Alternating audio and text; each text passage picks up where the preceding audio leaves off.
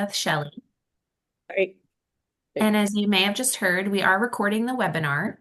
And while we wait for folks to join, you'll see our panelists are on the screen, but we also want to just call out a couple of housekeeping items.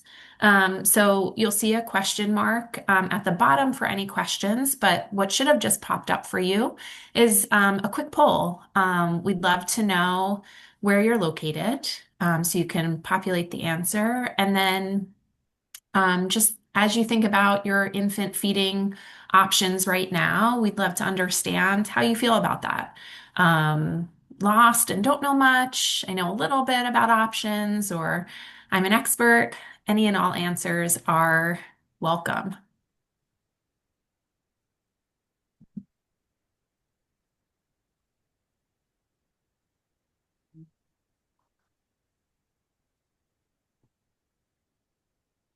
Okay.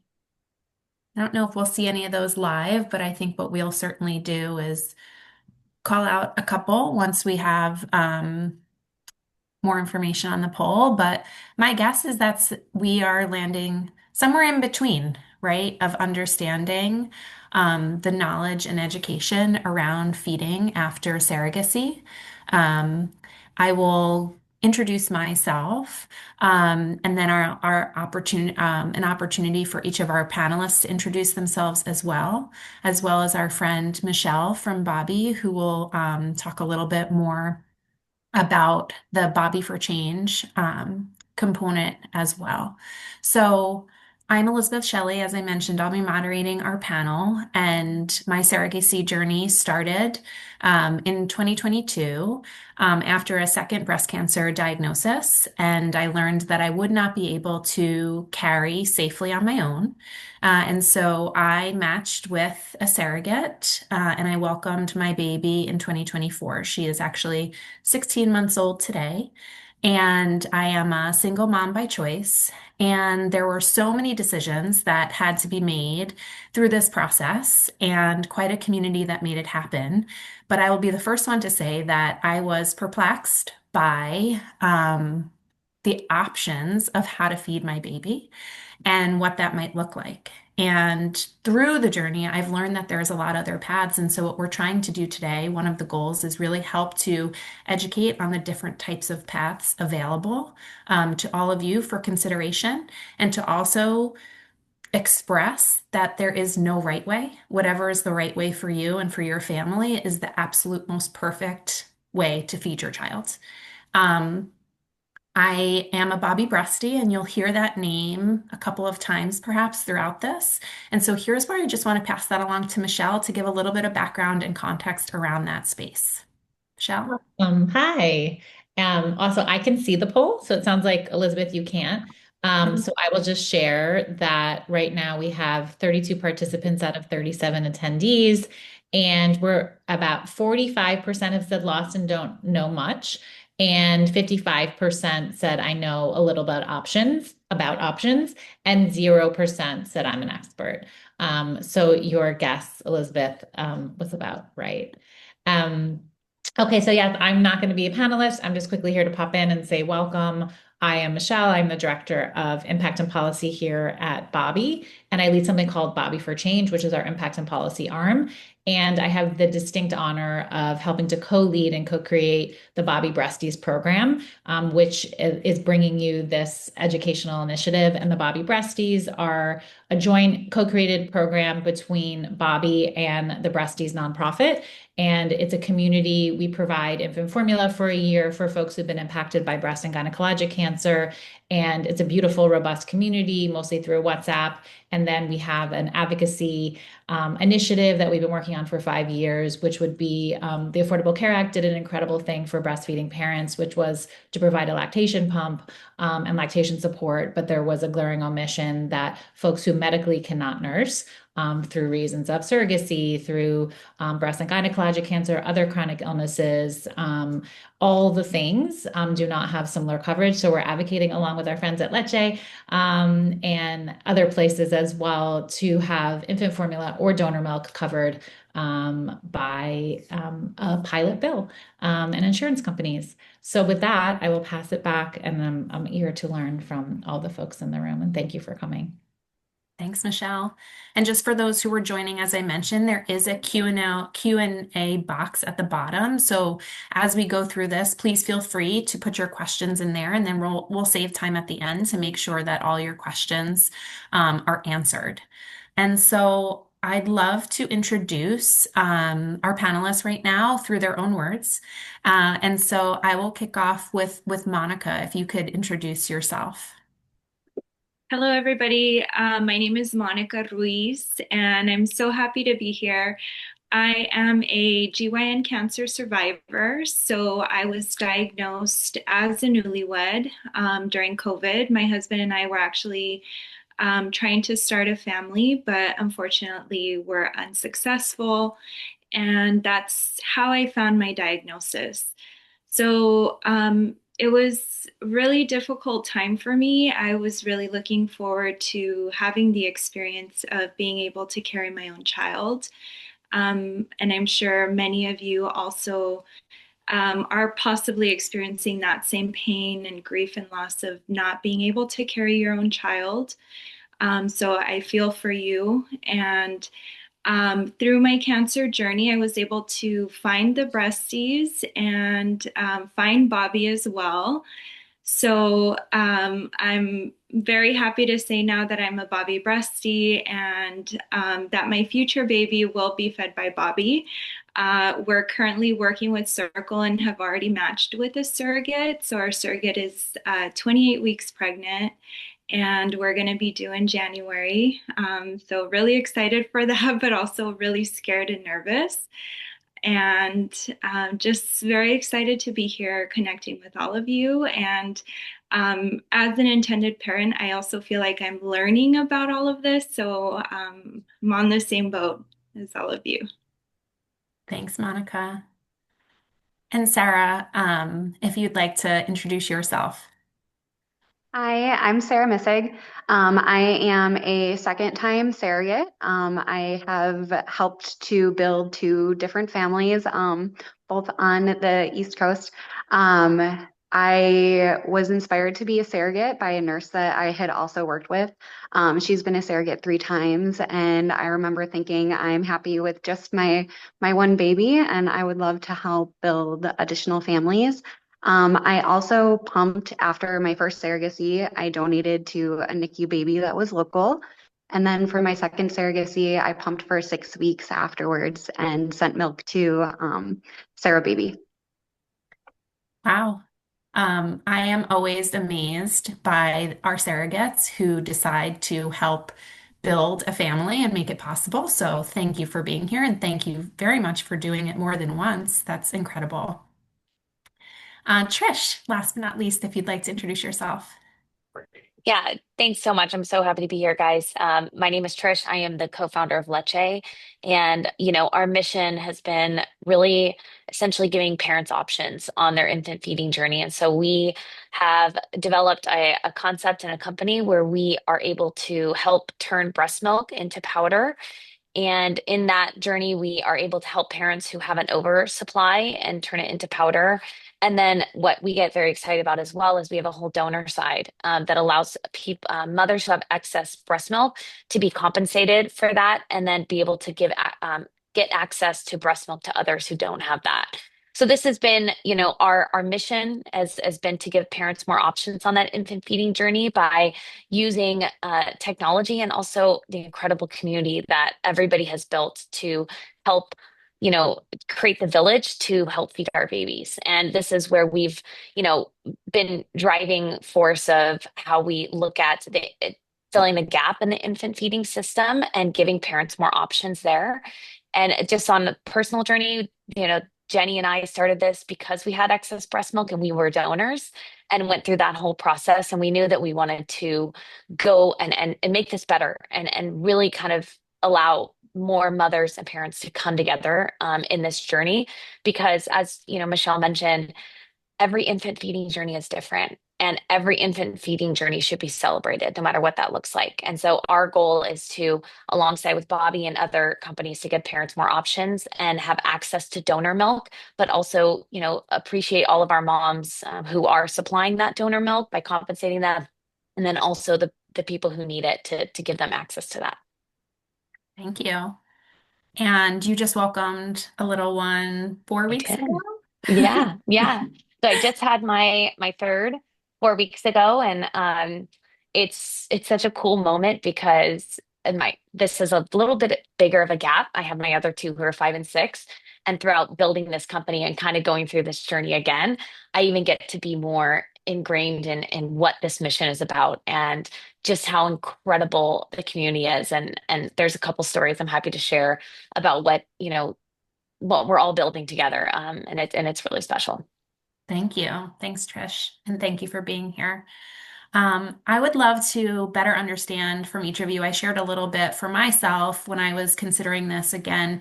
I felt like there was a gap in my understanding of options. And when I was matched with a surrogate, my surrogate was tried but was unable to pump. And it was unlikely that she would also be able to, that she was interested. And I felt like that was her prerogative and was okay with that. And we had had those conversations up front. And I think a lot of those conversations happen as you're matching with surrogates and a backway, a two-way dialogue. And so some of those things can be planned for upfront, and some happen, just out of unexpected ability to breastfeed post baby and things like that with your surrogate. So, Monica, I'll ask you sort of your path or understanding. You mentioned having a little baby due in January, and so can you share a little bit about what you're planning focuses coming up and how you got there? Yeah, absolutely. So, not being able to carry my own child, my thought was my body is just going to be unable to produce milk. So my first thought is formula is my only choice. But now being part of the breasties, being part of the Bobbie community as well, I've been able to learn that there are many different options out there, and formula is one of the options. And I'm so fortunate that I'll be able to be feeding my Bobbie, or sorry, my baby Bobbie, throughout the year, throughout their first year. But also being part of this community, I was able to connect with Mallory, who is a formula mom, on Instagram. She shared with me that induced lactation could possibly also be another option for me, and that was something that I looked into. Unfortunately, it's not a viable path for me, just in terms of like timeline and other things, but being part of this community, has opened so much in terms of knowledge. I've been able to learn so much. So the way that I'll be feeding my baby will be through formula and also donated breast milk. So I have a sister-in-law who recently had a baby, and she has offered to pump for us as well. So we will be combo feeding and also hopefully supplementing that with other donor breast milk as well. But I agree with you, Elizabeth. There's a huge gap, and it was only through, just being part of this community, putting myself out there, having these difficult and awkward conversations sometimes about these very challenging topics, that we start to learn that, there's so many other options, and just so grateful to be able to learn from you, from all of you, and this community. Yeah, thank you. And you mentioned sort of navigating the conversation, right? And I think that that is one of the hardest, at least I found one of the hardest things to do often along the surrogacy process, actually, right? There's a lot of big conversations to be had. There's a lot of trust, and on both sides, right? From a surrogate to an intended parent and an intended parent to the surrogate. And so, Sarah, I'm curious, How have the conversations gone for you? Did it come up naturally? Can you give us insight a little bit to the process of engaging with a surrogate and how breastfeeding might have come up in that conversation? Yeah. So my first journey, I think it actually came up like in our interview, our kind of like meet and greet of like, would I be interested in this? And then the conversation just kind of went naturally as well, first, second journey, um, along that pregnancy of what do we want to do? There was a lot of back and forth too of, do we want you to pump? Do we want to just go ahead and use formula for our baby? Conversations included the OBGYN in my second journey. My intended mom, she was able to hop on for majority of my appointments with my doctor. And my doctor was fantastic and gave her as much information as she could so that she could make an informed choice on whether or not she wanted to have me pump afterwards, use formula. She also had her best friend who had pumped for her as well after her child. So she had a little bit of donated milk from her best friend as well as from me afterwards. I think the most important thing, like from a surrogate's perspective, is we're going into this journey with the goal of not only providing you assistance in bringing your baby into this world, but part of that is taking care of that baby afterwards. So I would say from my point of view is don't be like afraid to ask or hesitant to ask. A lot of the conversations that you have in a surrogacy can be a weird, awkward conversation. But I would say for me, just being open to that, and for some, it's a hard no, and for me, it wasn't. So, just having those conversations and not being afraid to start them. Yeah, that's great. And I think Circle, at least some of us are from Circle Surrogacy, but then I know that other agencies might as well offer some social workers on site to also help facilitate the conversation. So I always found that beneficial. And if I was having a hard time to navigate the call, to ask the agency as well to help give me some language around a request or something like that. Yeah, super helpful. And Trish, I think what I'm hearing too in the comments through our panelists here is around, we might have heard somebody that had heard of someone who was willing to breastfeed for us, sort of like an ad hoc or word of mouth. And it seems like this is, exactly your mission, right? To help orchestrate all that. So if you could just kind of talk to us a little bit more about that as well as the process, that would be really helpful. Yeah, of course. I get so excited about hearing these stories because the being on the other side of also donating and helping with all those families, there is such an emotional relationship and connection between both sides. And this is what we have felt has been missing so much from this, modern society that this idea of sharing breast milk has been a part of who we are as a human species for years, right?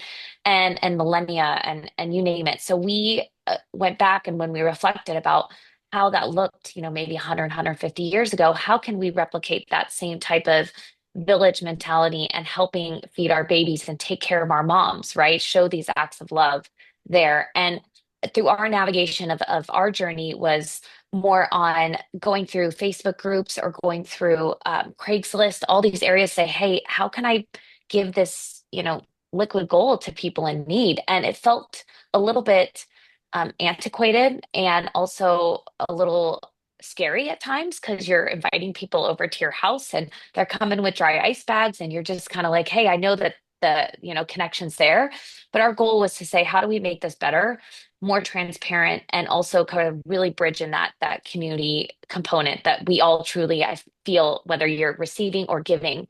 And this is where when we launched our product innovation, but also our donor network, the goal was to be able to not only create a community and a space for donors to feel appreciated, to feel compensated, to feel all the emotions that tie into just outside of just pumping, and then also be able to allow parents to feel excited about the product they're receiving. So there's a huge safety component too that we also experienced on when we were going through our journey was we know that we're safe and we know, Monica, your sister, all these things that we have and what we're eating. But a lot of times you don't really know what is in breast milk and how do we make sure that any medications, any type of components that could possibly harm a child are also removed. And so this is a big also mission on Leche is bridging those communities, but also really incorporating safety into this journey as well.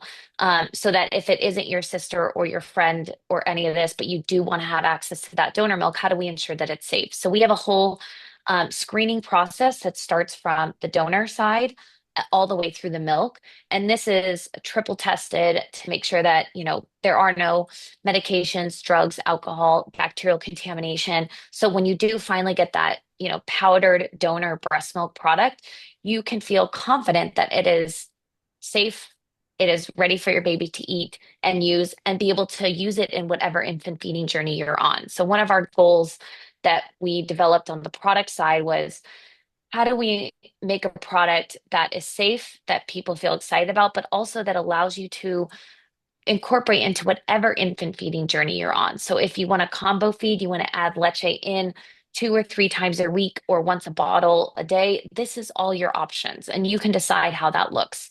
Because what we do know is the moment we completely remove breast milk from a baby's diet, we do start to see a shift happening in their microbiome and so forth. So how do we incorporate, how do we get little bits of this to people who are in need and want that? But also allowing it to be flexible in whatever infant feeding journey you're on. So these were the kind of areas of really focusing on filling this gap was how do we give more people access to breast milk so that they feel they have a safe avenue for that? And then how do we also, embrace our community and make sure that all the people that are a part of this and donating and pumping and giving excess breast milk feel appreciated and compensated for everything they're doing as well.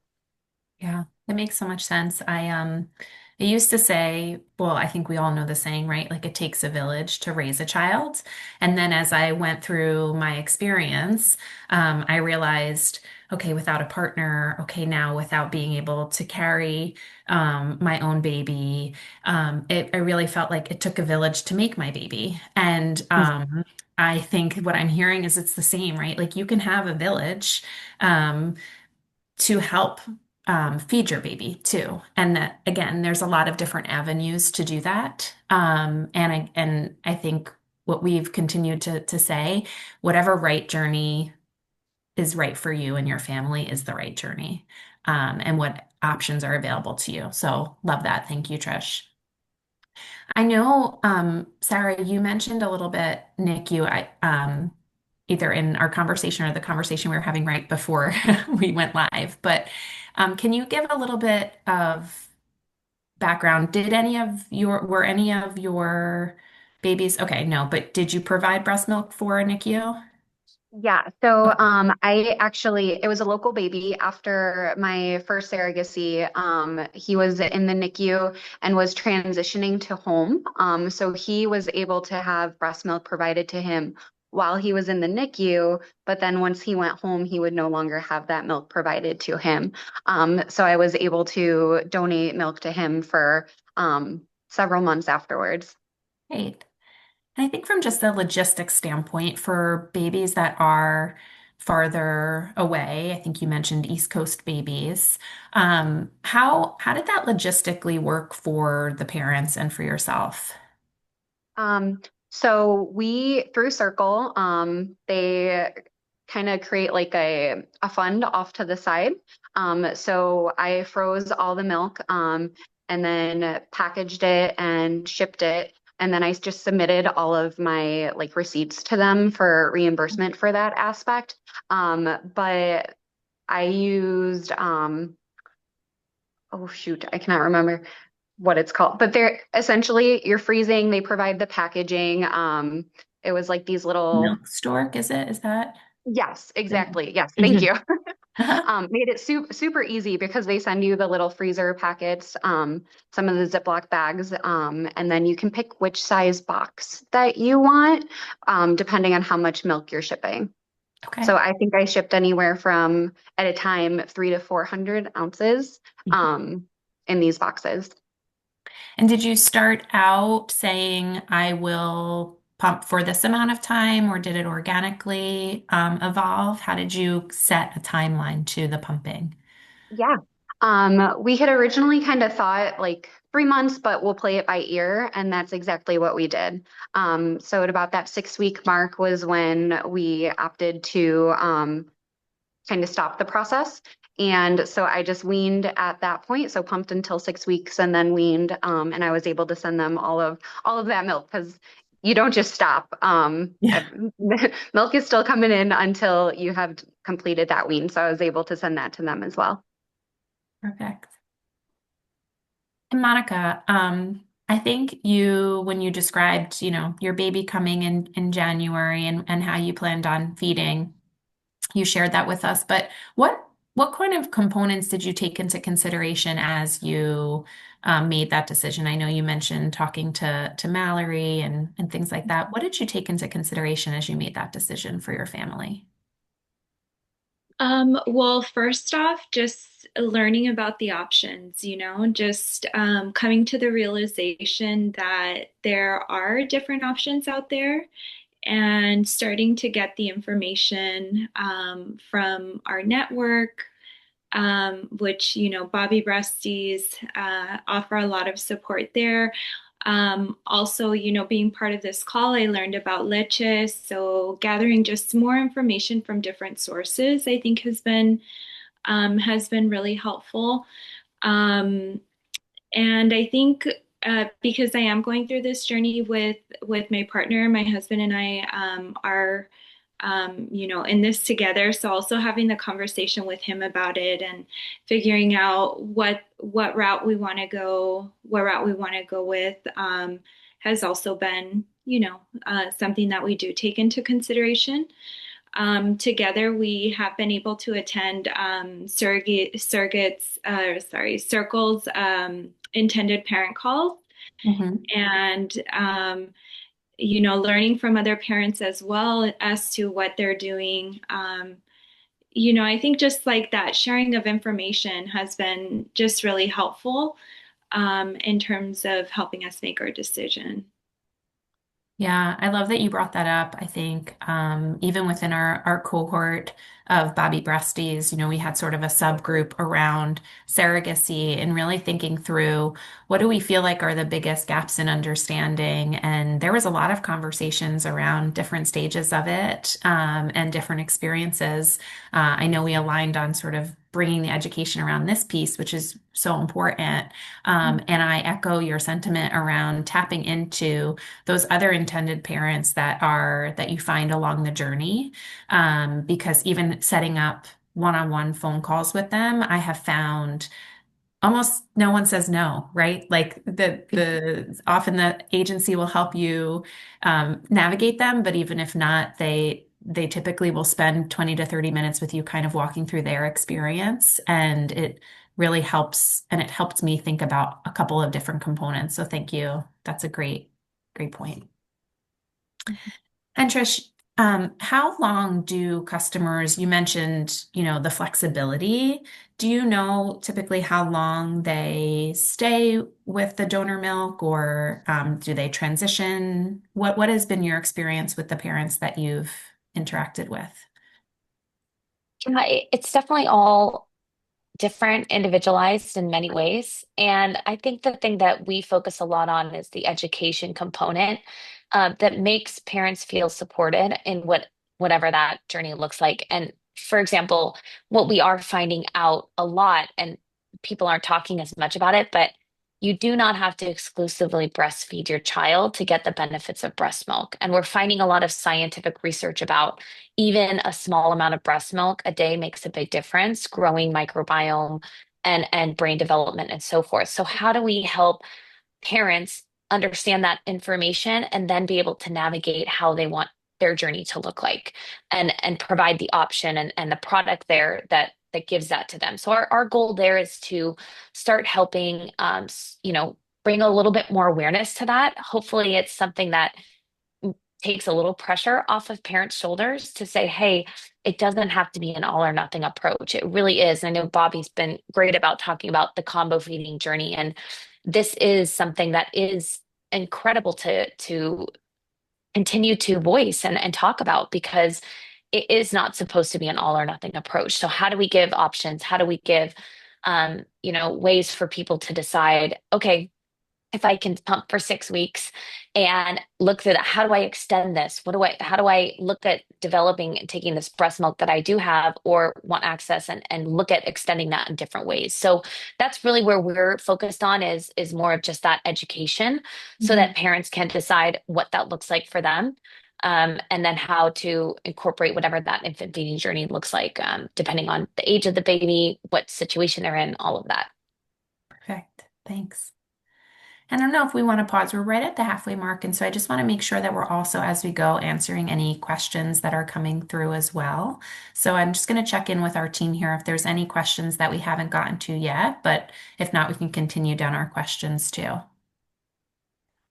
And Elizabeth, if you're okay with it, I know that Sarah talked a little bit about the NICU journey, and I would love to touch, dig a little deeper into that. And this is kind of where really drove a little bit more of what we wanted to build at Leche, was as we were going into learning about the breast milk industry and where this was being concentrated, and it was in the medical spaces, right? And our B2B markets and so forth.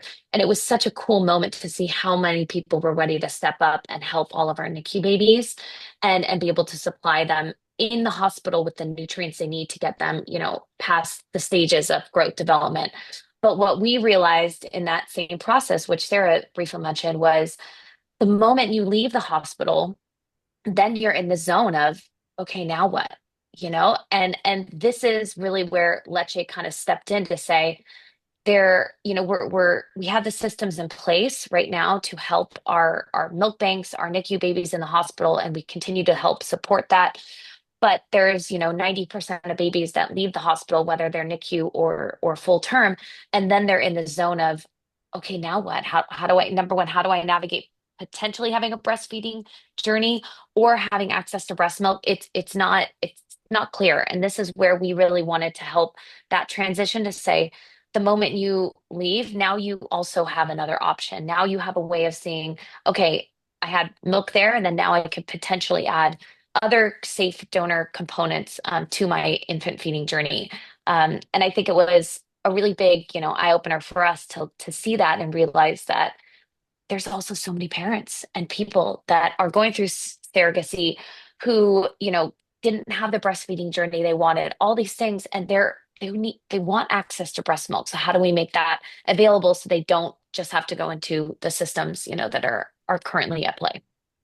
Yeah, that's such a great point. I think so much of it is very unknown, right? The journey of surrogacy, if you haven't done it once, which majority of us go through it for the first time, right? And there's so many questions at each stage of it. And I think looking back, I can say that I felt that, right? Like even without my daughter being in the NICU, this feeling of, okay, now what happens, right? Because in the hospital, actually, without her being in the NICU, I had little travel, pre-made formula that accompanied me on my drive home. But then the questions that followed around, how do I continue this? How much should she be eating, right? And as I was thinking about that, I started to reflect on the experience in the actual hospital room. And I know that the breasties community, but I think that this carries over to all folks who are having baby via surrogacy, all intended parents. There's some language that you can also have in the delivery room, a sign above your um, bedside, your surrogate's bedside, however you want to do it, that helps articulate that you will not be breastfeeding, and helps to drive that conversation for you and help educate the clinical team that is in that room with you. So I think there's an education that we all have to do for ourselves and how we feed our baby, but then how do we help to also articulate that to the broader clinical team sometimes, who by no fault of their own just might the everydayness of bringing babies into the world with a birth parent right there, birthing. So I just wanted to call that out too as a nice option to have some language or a sign. And we can certainly afterwards point to where those signs might be linked to, because there's such a big educational component as well around that. Um, Elizabeth, and if I could add to that Please, too. I just was saying, I was just going to say, I see a lot of nodding heads, so I'd love to expand on that, your thoughts. Yeah, so currently with our surrogate, we're working on our birth plan, and we do plan to use doulas. I don't know if Sarah or Elizabeth, that was part of your journeys ever. But that was something that that the doulas really like mentioned to us that they're there to advocate for that. That sometimes like nurses in the room or doctors won't be fully aware of the situation and sometimes make like comments about like breastfeeding when we know that surrogates are not supposed to breastfeed a surrogate child. So yeah, I think, having that doula there is something that I'm really excited for to be able to serve as that advocate, part of our journey and have some of those difficult conversations. And these are conversations that they've already navigated, in these spaces. So, um, I think those signs are really important. And then also, considering like what else, what other ways can we continue to educate our medical teams around, surrogacy and the dynamics in the room. Perfect. And Sarah, I also saw you nodding your head too. Did you want to add anything to that? I just thought it was kind of neat when we were delivering, they like never said like breast or bottle. It was how is baby going to be fed? So just changing that language. I'm a nurse, so knowing that that is a sensitive subject, just changing the way that you're asking, I think makes a difference as well. Yeah, I love that. And Trish, just giving you Mhm. a option to respond Yeah, to.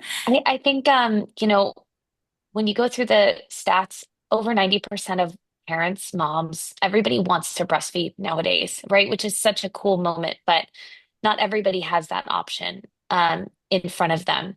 And I think that, we've gotten to a place where there's an expectation in the hospital settings of what that journey will look like. And if you don't meet that expectation, that you are somehow failing in that way. And I think that's where sometimes, we talk about the pendulum shifting a little bit too far over here. Because the fact that we have to feel guilty about even having that conversation or making that choice that's best for our family, depending on what the circumstances are, is tough. And I think that back to, Sarah's point of the verbiage and the way we talk about that and the energy and attitude around it makes a huge difference. Whether it's through a surrogacy, whether you're, making this choice post baby. But I have noticed over, time that that expectation is you are going to breastfeed, right? And it's like, well, there's so many factors. And so let's be supportive. Let's work alongside the parents and the intended parents and the birth mother, all these things to make it feel less of a judgmental moment, but more of like, oh, okay, great. And support them and be like, how now this decision's made. Let's find the best way to make that decision, make you feel excited and supported and like the superhero you are for that. I think that's the ripple effect too that needs to kind of continue to play as we support parents in whatever journey that they decide. Yeah. I know we all had the opportunity to share our personal stories, but I know everyone sitting listening to this panel right now has their own personal stories as well, and the journey in which you arrived at this webinar today. And I think if we can take that same mindset of, I've traveled a journey that I perhaps didn't anticipate, or maybe I've known that this would be the path for a very long time.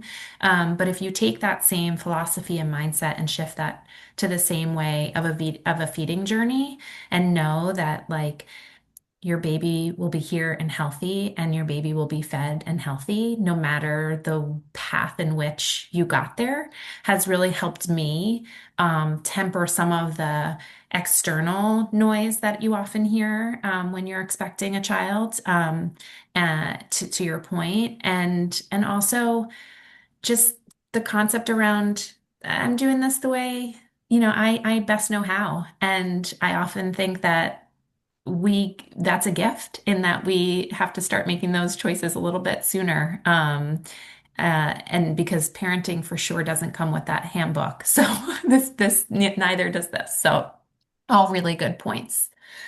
And again, I want to make sure that we're answering questions. So I'm just going to uh, I'll take a quick look. If there's anything that we're not, I'll offer Steph or Michelle to just jump in and ask. But I also want to make sure that we're getting at all the points that our panelists wanted to make sure that they were getting at. So Trish or Sarah, I'm not sure if there's anything else that you wanted to share. No, Trish? No, both Monica, Sarah, Elizabeth, just you guys are such superheroes. I mean, for the journeys, how much challenges and how you risen up on it. I just think that there's a moment I want to tell you all, like, gosh, you're superheroes in so many ways, like in your own journey. And I am very, in awe of it. And I'm glad to be here to support in any way we can. But you guys, it's hard, right? This entire making these decisions from the surrogate journey to infant feeding to all this, there's so much emotion connected. And, you guys are doing it with strength. And I think that's important to note. Thank you. Appreciate that. Okay, just taking a look. Okay. I don't know if I can continue to ask questions, Michelle, Steph, or if we're taking questions directly, or we'll answer those later. I think can you see the Q&A bubble at the bottom? Yeah. Yeah, and you can see all the open. We can probably start with those and then weave in any questions that people have. Okay. And we tried to gather as many experts on this call to represent the different feeding journeys. So if there's any questions that are asked that are outside of our expertise, we can certainly, try to take them back and get those answers to you. But one of them is around, can you share resources for finding donor milk? So Trish, I don't know, I mean, obviously Leche, but anything else that you'd recommend? Yeah, so outside of Leche, as mentioned, there are around 34 milk banks within the United States. They do focus specifically on NICUs and hospitals, but a lot of times depending on where they're located, they can offer different milk there. It is frozen. It's harder, that there's the shipping component, et cetera, but those are definitely better formal options. There's two ways that we kind of describe in the donor market. It's formal and then informal sharing. So there's a lot of beauty in the informal sharing, which would be your sister, your cousin, your friend, and kind of understanding that dynamic, which we support in many ways. That is that village mentality that we've had for centuries. But outside, if that is not available to you, ensuring that the other avenues you have, which is more the formal side of ensuring it is safe, there are no contaminants, are really important because it is something that you're feeding your baby. So Leche, along with other milk banks, have a very strategic testing and safety protocols that is kind of been used with the FDA to ensure that breast milk is safe. So if you don't have those right at your doorstep, this is the best option. If you don't have a milk bank close to you, this is where Leche comes in because we are a shelf-stable powder product. You can go on and purchase it in 3, 6, and 12 pack sachets that are kind of like 2-ounce reconstitution. But we're as long as you're feeling confident and safe in the informal or formal, that's where we suggest is the best. But just if it's not a direct contact that and you could do, definitely go with the formal side to ensure safety and quality. Perfect. Thank you. I see a question. I'm eager to not have any gaps in access to breast milk from my surrogate. My baby's due in January. Congratulations. And we'll be staying about an hour away from where she lives for the first 2 months. I want to make sure to have access to colostrum, transitional milk, and the regular milk, which is part of why we plan to be nearby. After that, we'd like to use milk stork. But the question is around wondering about how to make sure throughout that we have plenty of access to milk, especially to avoid any possible delays in shipping. Um, I can share a little bit just around my own personal journey on that. My As I mentioned, my surrogate was unwilling to, not unwilling, but was not going to be pumping for me. But she did try to get some of the colostrum right after birth. She wasn't able to get a lot, and so from there we moved to the pre-made milks that we were able to travel home with. We were driving about 8 hours in a car. And so I wanted to make sure that I didn't have to worry about things like bringing water or the right amount of formula. I just felt like having a newborn in a car was sort of my main priority. And then if I could feed with the pre-made components and then actually use those for the first couple of weeks after she was born because it felt like that's what I could manage, and then transitioned to formula slowly. So that's sort of how it organically happened for me. And just knowing what I could take on personally from my own capacity with having a newborn plus the travel involved, and with some of the recommendations that were provided to me from other intended parents who had done it. But Sarah, would love your perspective in, in how you've accomplished that or how you've worked out with your parents, your intended parents. So the baby was combo fed, so she did get formula and breast milk. It was kind of neat in the postpartum unit. So like mom and baby, we were right next door to each other. Mm.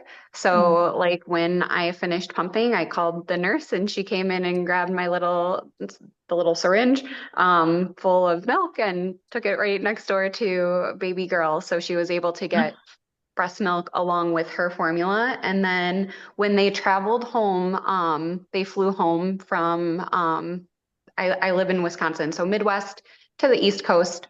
They did use formula for that. And then, like I had said, she had had her friend who had pumped for her. So she did have some breast milk at home. And then we shipped milk once I actually had like a supply to send out. So I think it was maybe 1 week out that I made my first shipment to her.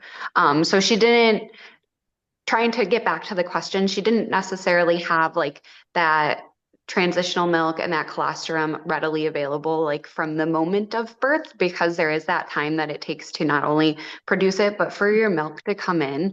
I think that may be a little bit of misconception if you have not pumped or breastfed before, is after your pregnancy, your milk doesn't immediately come in. It's not like baby's born and then you have a full supply that you can feed the baby. It slowly like transitions in. So you do have that colostrum that's like a liquid gold, that thick, sticky. It's got a higher nutrient content to it. So there is that, but it doesn't come in quickly. So there's a little bit of that misconception. So having a plan for that in between is super Mm. important.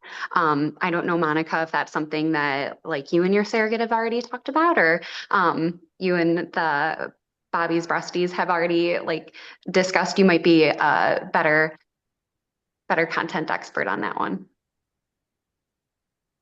It's something that we're thinking about.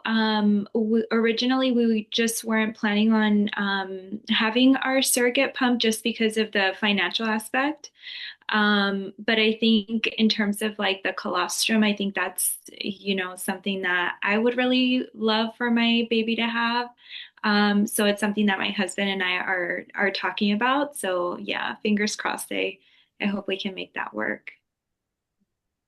And I can jump in a little bit here just for the understanding about like the different stages of donor milk or just milk in general is and this is more on the donor side, most of the time when even if you are a NICU baby or you're in the leche system, that we do not accept that very, very early milk because of how important it is to give to the baby in need.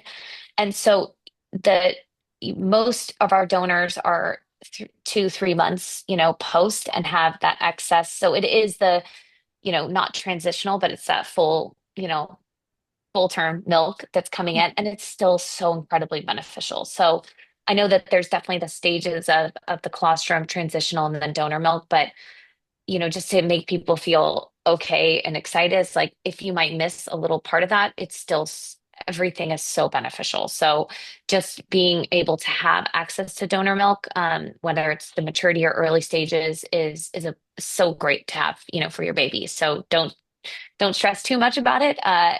It's going to be beneficial, and even our NICU, very most immune compromised, that's the milk that they receive as well. Now I'll ask you a follow-up question with this one, Trish. Do you know if there's, and you may or may not know this, do you know if there's medical evidence to suggest that the carrier's milk is more beneficial for baby rather than donor milk or intended parent-induced milk? That's a great question. And there is no doubt saying scientifically, like there is, you're sharing cells just by breastfeeding with the baby's mouth, saliva into, and it's definitely giving, cool, really important, cool notes to your body on how to make breast milk.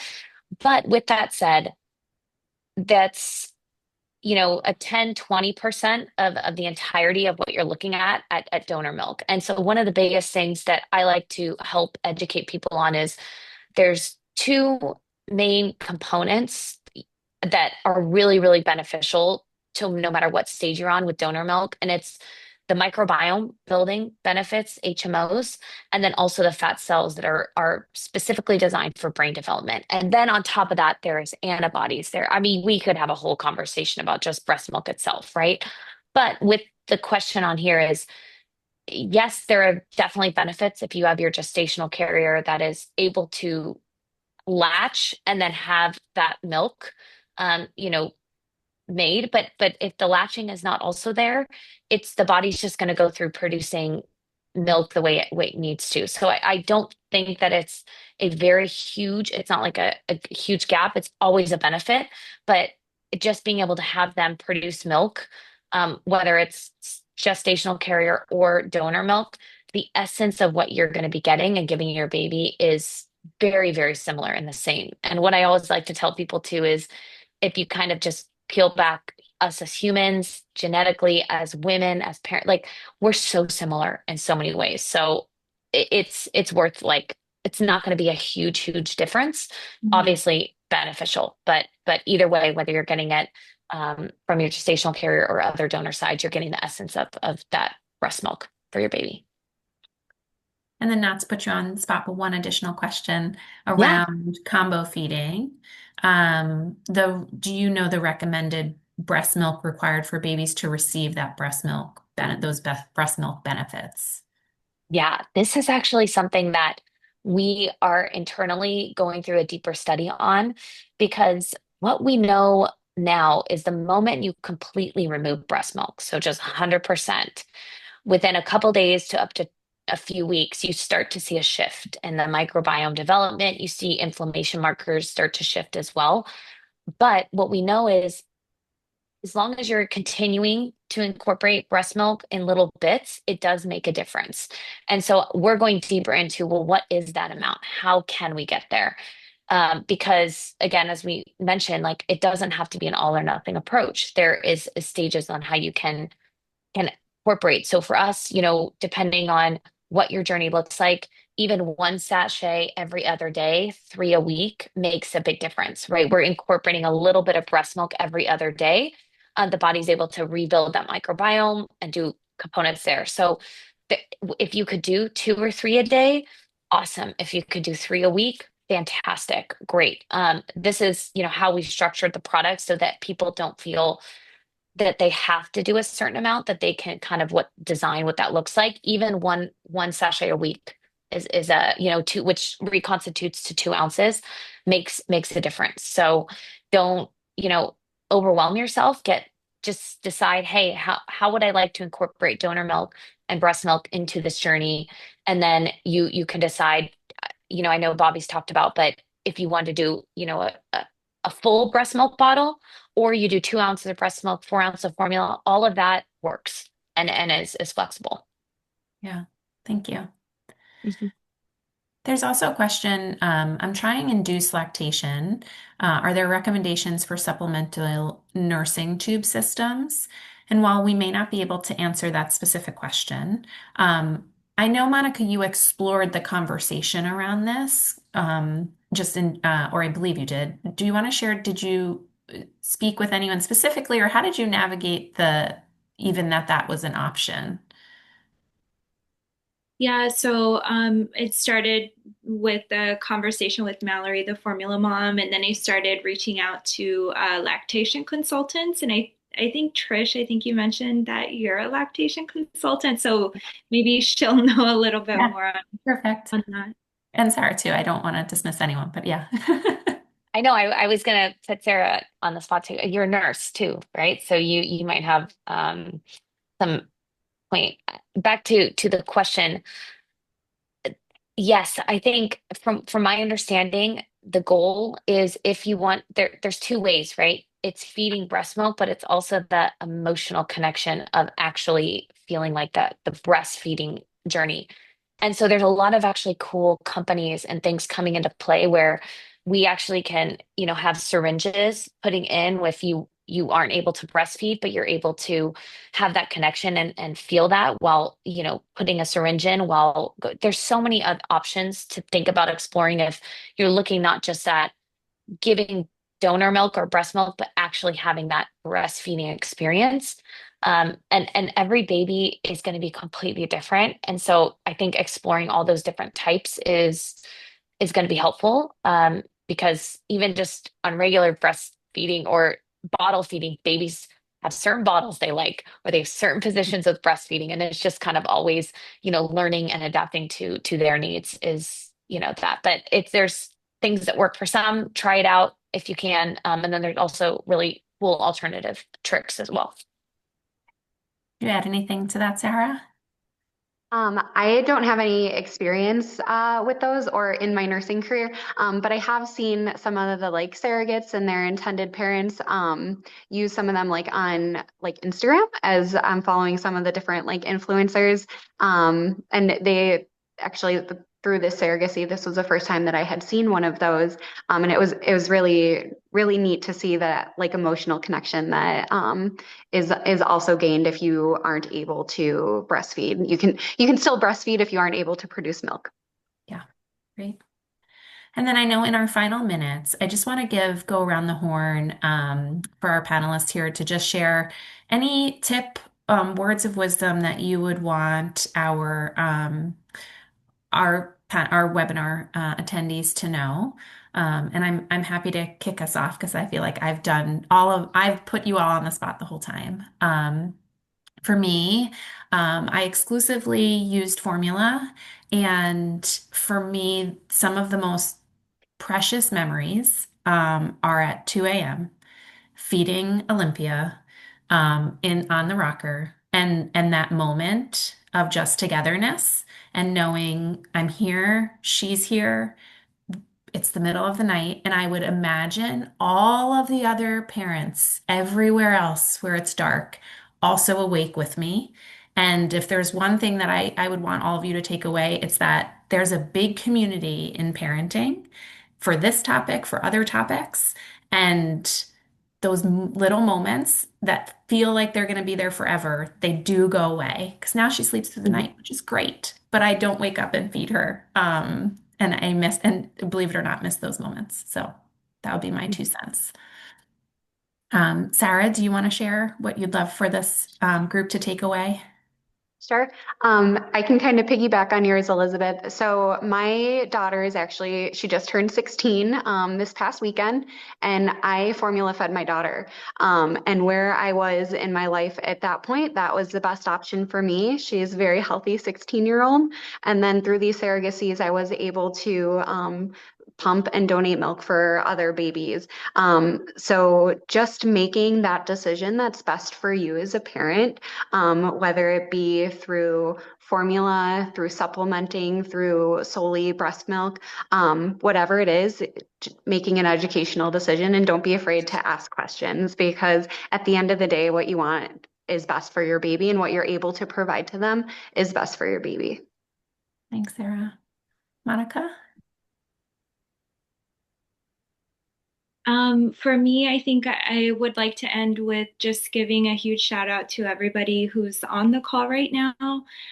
Just getting the information, because again, these conversations are just so hard, and it's so difficult to find spaces where this information is just provided and shared openly.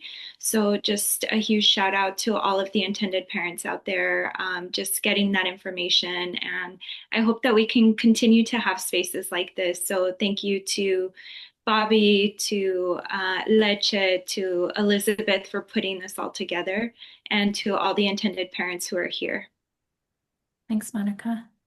And Trish? Yeah. I think back to, Monica, and just I think showing up when conversations are hard, or asking questions when they feel like you should know the answer, that's the most, the biggest leap for courage and vulnerability. And so my suggestion here is don't stop at this webinar, right? Ask the questions. And I say that too because I see a bunch of questions on here that if Elizabeth, you could send me, or Yeah. ideally, anybody, because I know it has a lot to do with breast milk and donor milk, but please reach out on our support channel. I will have our team send directly those questions to me, or if you guys can share this way, I can answer, because this is exactly what it's about.